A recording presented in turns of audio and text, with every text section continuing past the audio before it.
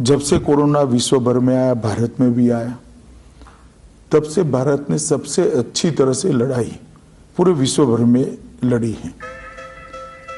मुझे तो किस चूहे की, किस डॉगी की और किस गधे की नजर लग गई है कि ये कोरोना ही नहीं जा रहा है। मैं इतना दिल रो रहा है कि मैं ऐसा क्या करूं जो कोरोना भाग जाए। साध्वी प्रज्ञा एक बार फिर से सुर्खियों में है। उन्होंने कोरोना को भगाने के लिए हनुमान चालीसा का पाठ करने का सुझाव जनता को दिया है। तो एक स्वर में गाया हुआ हनुमान चालीसा का पाठ निश्चित रूप से सिद्ध होगा और हम कोरोना से मुक्ति पाएंगे। भाजपा विधायक सुमन हरिप्रिया ने विधानसभा में कहा कि कोरोना वायरस पर अगर गोबर का प्रयोग किया जाए तो लाभ मिलेगा। पश्चिम बंगाल बीजेपी के प्रदेश अध्यक्ष घोष, उन्होंने एक बयान में कहा था कि गौमूत्र पीने से कोरोना वायरस सहित हर तरह के वायरस से लड़ने की शरीर की प्रतिरोधक क्षमता बढ़ती है। एक और इसी तरह की बात फैली कि गौमूत्र पीने से कोरोना ठीक होता है और बीजेपी के एक कार्यकर्ता ने जोरा बागान में तैनात एक सिपाही को जबरदस्ती गौमूत्र पिला दिया। ये साहब राजस्थान के सवाई माधोपुर से बीजेपी के मेंबर पार्लियामेंट हैं। जनाब ने कोरोना को लेकर कई बड़े बड़े दावे किए थे। कहा था शंख बजाने से कोरोना नहीं होता, कहा था शरीर पर मिट्टी लगाने से कोरोना नहीं होता, कहा था आग जलाकर उसके बीच में बैठने से कोरोना नहीं होता। लेकिन इन जनाब की हर तदबीर बेकार हो गई जब ये सब करने के बावजूद वो खुद कोरोना पॉजिटिव हो गए। यहाँ पे उनको कोरोना हो गया। I am feeling so sad. मैं तो बहुत सैड हूँ, मैं बहुत टेंशन में हूँ। ये सब इमेजिनरी सिचुएशंस, इमेजिनरी बातें, इमेजिनरी पैनिक, इन सब के अंदर आप अपने आप को मत उलझाइए। पैनिक हो इस प्रकार की कोई बात नहीं। पैनिक मत हो, खा कोरोना के ठेंगा दिखाओ। वाह, हम क्या करें, मुझे कुछ समझ में नहीं आ रहा। कोरोना कब भागेगा? 10-15 दिन में ये आफत शांत हो जाई। 10-15 दिन में ये आफत शांत हो जाई। कोरोना के खिलाफ जो युद्ध पूरा देश लड़ रहा है उसमें 21 दिन लगने वाले हैं। अब आप बिल्कुल मत रोना, 14 अप्रैल के बाद चला जाएगा कोरोना। गो कोरोना, गो कोरोना, कोरोना गो, कोरोना गो। लेकिन ये कोरोना ने ना जीना हराम कर दिया है। कोरोना को मत डरोना, कोरोना को मत डरोना, कोरोना को अभी अभी मारो ना। ये कोरोना कहीं मुझे मिल जाए तो मैं उसका गला घोड़ दूं। कोविड आज का दिन में नहीं है, मास्क पहनने की जरूरत नहीं है, तो क्यों बेकार का आप एक पैनिक क्रिएट करें। जब होगा मैं बता दूंगा लोगों को कि आज से पहनो। आप कौन है भाई? देखिए, ये खुद स्वास्थ्य मंत्री हैं। कुछ नहीं हो सकता।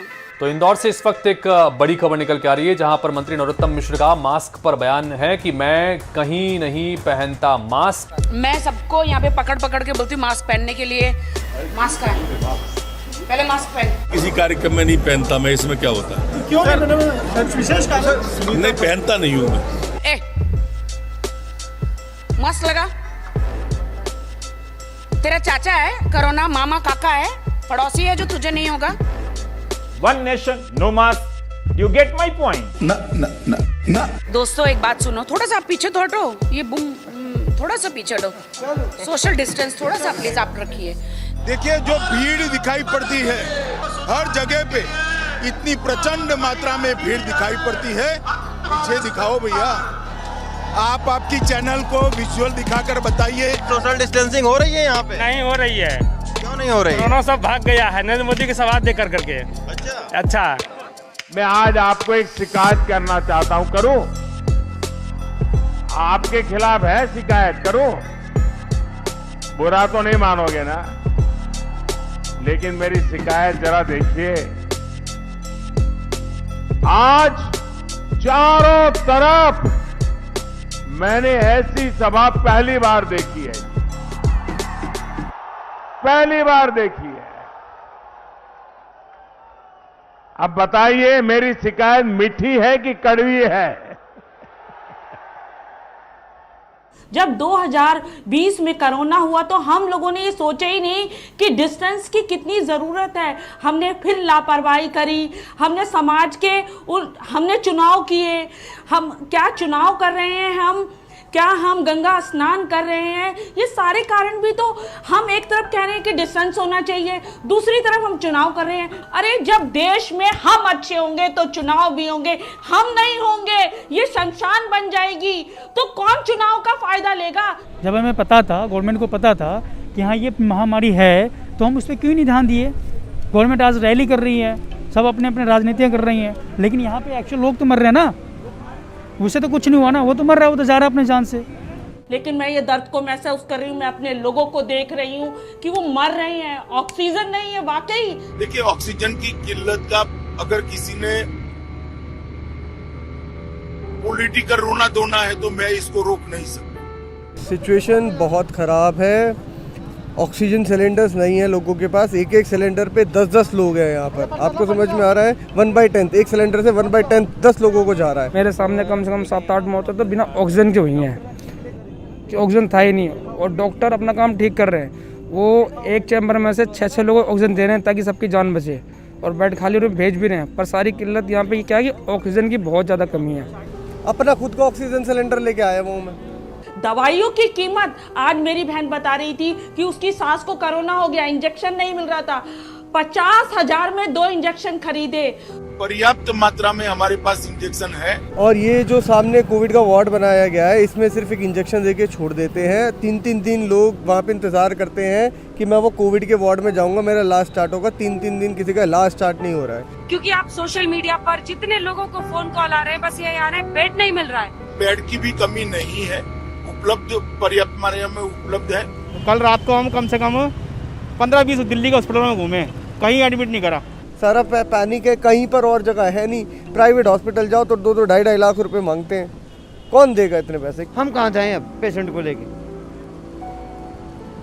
मैं ये कहना चाहता हूँ, हम कहाँ जाएं पेशेंट को लेके? अब कहीं ऑक्सीजन सिलेंडर नहीं है तो कहीं बेड नहीं है, लोग इस हॉस्पिटल से उस हॉस्पिटल की तरफ भाग रहे हैं। इंफ्रास्ट्रक्चर की जो कमी है वो साफ देखने को मिल रही है।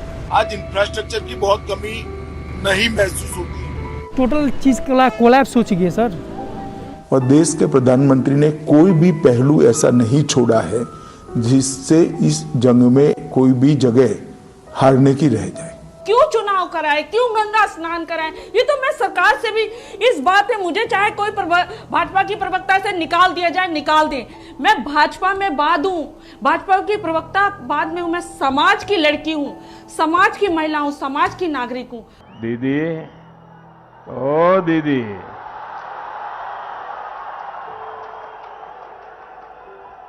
देखिए दीदी, ओ दीदी जी, कि धुंधमय आकाश का मौसम है मेरे देश में, और मौत के सहवास का मौसम है मेरे देश में। और शोर कैसा भी हो सुनने में नहीं आएगा अब, और इस कदर उल्लास का मौसम है मेरे देश में। और चुप रहो या कीर्ति गाओ, और तुमको पूरी छूट है, और अब खुली बकवास का मौसम है मेरे देश में। मैं मोदी जी को ब्रह्मा विष्णु महेश कहूंगी, बिकॉज ही रॉक्स। 20 साल तक उनको कोई हिला नहीं सकता, उनके सिंहासन को। इस वीडियो के सामने आने के बाद सवाल तो बनता ही है, अगर हम करें तो करें क्या, बोले तो बोले क्या? क्या बताऊं आपको, नाचना नहीं आता है और अंगन टेढ़ा है। आप जो मेरी आलोचना करते हैं वो मेरे लिए बहुत बड़ा खजाना है, वो मेरे लिए गोल्ड माइन है। हो गया ना? ठीक है।